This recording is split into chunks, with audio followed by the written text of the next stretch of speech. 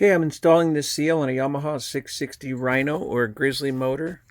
And some people will use the yoke, and I guess they'll put it on here. And then I've heard of people using a so they install that, push it down, and then they use a press, and that will press this seal in. Now, I didn't really like doing that. You know, you've got your teeth, you know, your gear, you've got your bearing. These are some expensive components.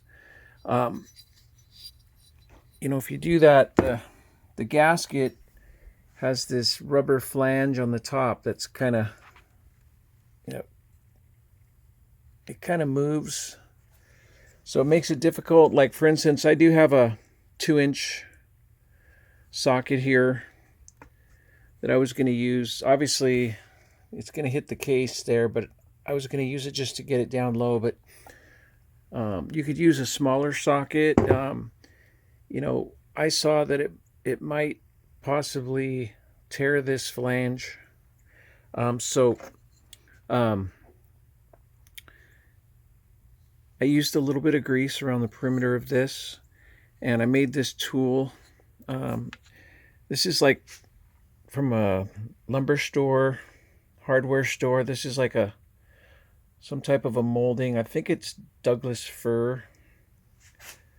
And what I did is I took my table saw and I just cut the edge of it like that. So it's kind of got a rounded shape to it, similar to this bearing. And what I've been doing is just going around this perimeter, tapping it in. Put a little bit of grease around the perimeter, and it's working fine.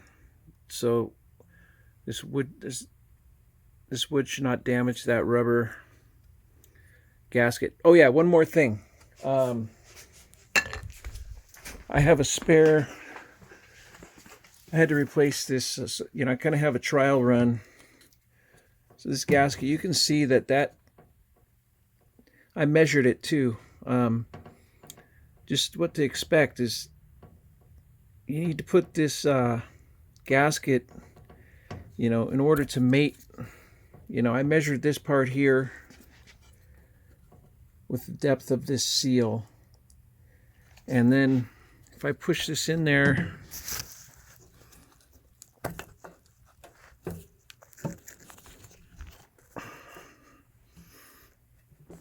well, granted, I only have it in on one side, so it's at an angle, but this is definitely, it's past flush. So I don't think you want to stop on flush on this one.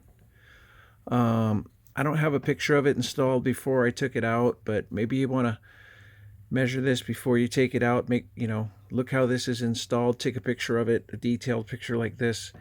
But in my opinion, this seal needs to go down past this point to get to the stopper. All right, good luck. Feel free to leave some comments down below if you have a method on installing this seal. To be honest with you, it's the first time I've installed it, so there's definitely other ways. I'm not a professional, but I'm just making these videos for these little steps on reassembling an engine that are not contained in the manual and you may not find online. Okay, take care.